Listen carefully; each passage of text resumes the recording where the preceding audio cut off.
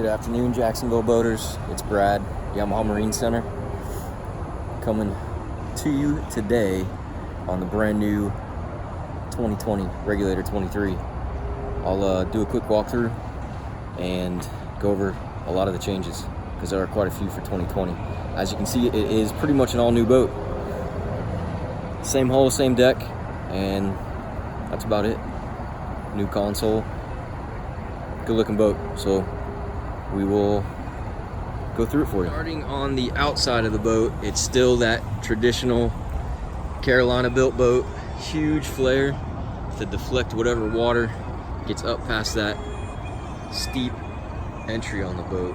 Still a 24-degree boat, and it's probably closer to high 50s or low 60 on the entry on the front. You can see how steep that angle maintains all the way through the boat, which gives it one of the characteristics of its great ride. And those substantial lifting strakes there help it plane a little bit quicker because she is heavy. The boat measures 23 feet 5 inches, and that's bow to stern aft bulkhead. And then if you add the bracket and the engines, we're at almost 20, or actually 27.5 feet, and an 8'6" beam. And with twin engines, she's weighing in at 6,600 pounds dry. So that's the other part of this boat that makes it run really well through just about any sea state you can throw at it. And then that last chine up there has a big, I don't know if you can see the angle on it, but a big reverse chine to it to keep that spray really deflecting down and out. And again, whatever that doesn't catch, that huge flare picks up. We did a optional through stem windlass stainless steel anchor. Go through the back of the boat again, a traditional Carolina center console. Take a look at that bow flare from the back of the boat, maybe give you a good idea how much of that boat overhangs up front. Armstrong bracket, big Lenco trim tabs. The Armstrong bracket is designed to provide positive flotation, especially at low speeds. It'll keep the boat floating flatter. And it functions as a giant trim tab as well when you're getting the boat up on plane, so it helps it plane a little bit quicker, especially because of the weight on the boat. And then as you can see, there is a gap from the Armstrong to the bottom of the boat. What that does is it gives a real clean path of water to really have these Yamaha Twin 150 digital electronic control engines grabbing nice clean water. Big scupper drains, self-bailing cockpit. And then up onto the Armstrong, through the dive door, tuna door, whatever you want to refer to it as. And this is where you'll get a pretty good idea of some of the fit and finish that Regulator has.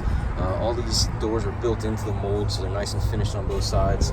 Doors, all the small hatches and everything are resin transfer molded, so they are two pieces made into one to give it a little bit more structure, a little bit more strength, and of course that fit and finish that hopefully will come through on this video.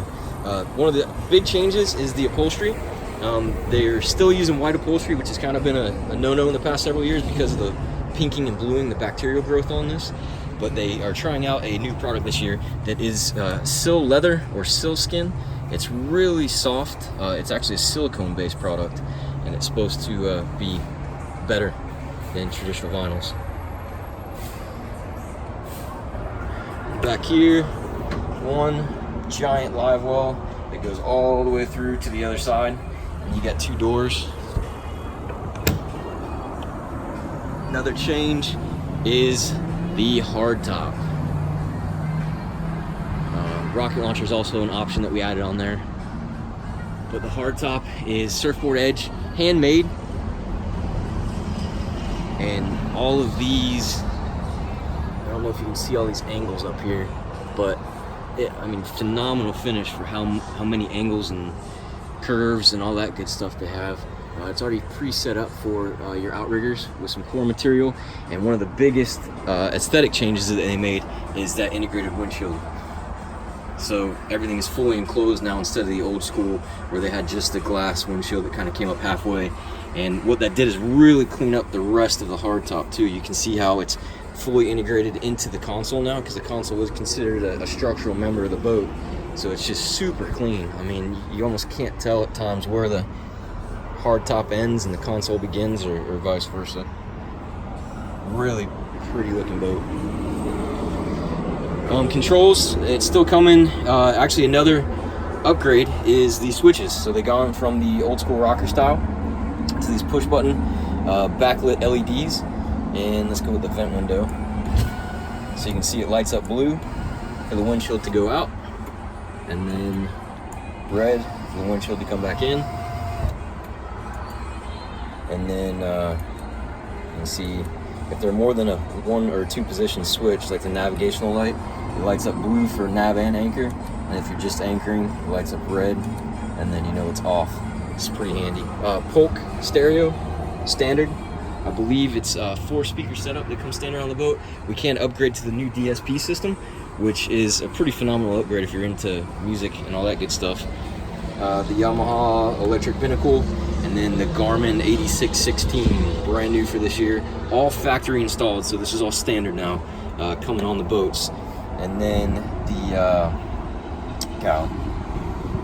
what is the name of this? 6x9 gauge, I believe. The command link stuff, you can see both engines on there, and it also shares the engine information straight into the Garmin screen. So it has a gateway installed on already with that proprietary Garmin cable that allows the same display that you would have on here or the CL7 on your Garmin 86 series. Windlass switches there, trim tab switches, tilt steering, and it is standard with Sea-Star Optimus as well. I forgot to mention the transom seat. They beefed up the fiberglass on here a little bit. That pops out into a nice seat when you're out running to wherever you're running, and then it folds out of the way with minimal cushion exposed when you do get to where you're going for fishing. And in the bilge, traditional regulator, super clean. Everything's finished. Everything's mounted kind of up underneath something, so if water does get in through the seal, you know, it's not dripping directly on pumps. Sea-Star Optimus system right there. ECU, through hole for the raw water washdown and your live well. Build with float switch. What do we got there? A B150 mid-range chirp transducer, and then your pumps. And as you can see, with all this new stuff, they blessed it with some unicorn tears there in the freshwater system. Actually, that's a raw water pump, and they still do antifreeze on it. Don't normally have to worry about that down here in Florida. Being that this boat is technically a 5-piece boat, the deck cap is put on after the deck is laid, so you have some, you know, nice room underneath the boat all the way around, walking space, and you see where the stringer gird actually juts out into the walkway there. So Regulator does not do anything that would jeopardize the build quality of the boat and the ride quality of the boat. So everything's built around the structure to give you that legendary ride. A little bit of tackle storage in here. Sorry if I'm all over the place. I just really impressed with the new boats. Freshwater on this side, little hose hanger, and then you got raw water over on this side. This boat, we did option just a standard porta potty instead of having a holding tank on it. But you can see huge headspace, plenty of storage, access to your electronics through that pad there, and then batteries there, DC switching, and then your Sea-Star Optimus computer if you ever have to make any kind of updates or anything. Also upgraded this year to friction hinges. Thank God. Finally, door stays where you put it. Nice fold down armrests on the forward facing seat on the Helm. You still have a cooler space up front. Everything drains overboard. And then we optioned this one with the forward facing backrest. So it does make this boat into a nice little cruising boat as well as a hardcore fishing boat. So they're trying to hit multiple markets there for you. Again, insulated boxes, storage, fish. We have a nice gasket to keep it dry. Again, huge, thick hatches. You know, being a 26-foot boat, weighing over 6,000 pounds, they use plenty of material. One of my favorite parts of the boat is this huge coffin box. It is the only macerated fish box on the boat, but should be big enough for most offshore species. And you also have some rod storage in there because it locks. Anchor locker up front. You have your controller there, and then your tie off, all that good stuff. They went standard to 125 feet of chain instead of having nylon road, which we can actually splice some nylon onto the back of it if you chose to do so. Big hardtop for protection, plenty of room to install any accessories, new FLIR cameras, radars, satellite TVs, whatever you want to do. Helicopter launching pads. Just one last overall walk around of the boat. Freshwater tank. If you have any interest in this boat or others we carry, we are in Orange Park on Wells Road, right off of 295. You probably hear all the traffic back there. We're still sharing a building with our BMW Ducati store. So if you need a motorcycle, come on and do that too. Or you can call us 904-644-7631. Ask for Brad or Barton. And our website is YamahaMarineJAX.com.